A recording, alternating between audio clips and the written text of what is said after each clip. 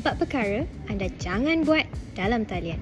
Pertama, jangan klik link pelik yang korang terima dekat SMS, email atau DM. Tapi, buka terus pautan laman web atau aplikasi rasmi syarikat tu sendiri untuk semak status akaun korang. Yang kedua, jangan guna password yang sama untuk setiap akaun media sosial atau perbankan korang.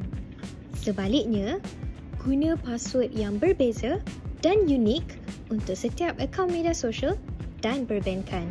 Yang ketiga, jangan log masuk aplikasi perbankan semasa menggunakan Wi-Fi awam. Tapi, guna mobile data sendiri atau pasang VPN untuk mengelakkan data peribadi anda daripada digodam. Yang keempat, jangan cepat panik bila dapat mesej urgent cakap akaun kena sekat atau kawan nak pinjam duit kecemasan. Sebaliknya, tarik nafas dulu, bertenang dan terus hubungi nombor rasmi bank atau tuan punya badan untuk double check. Internet selamat, tanggungjawab semua.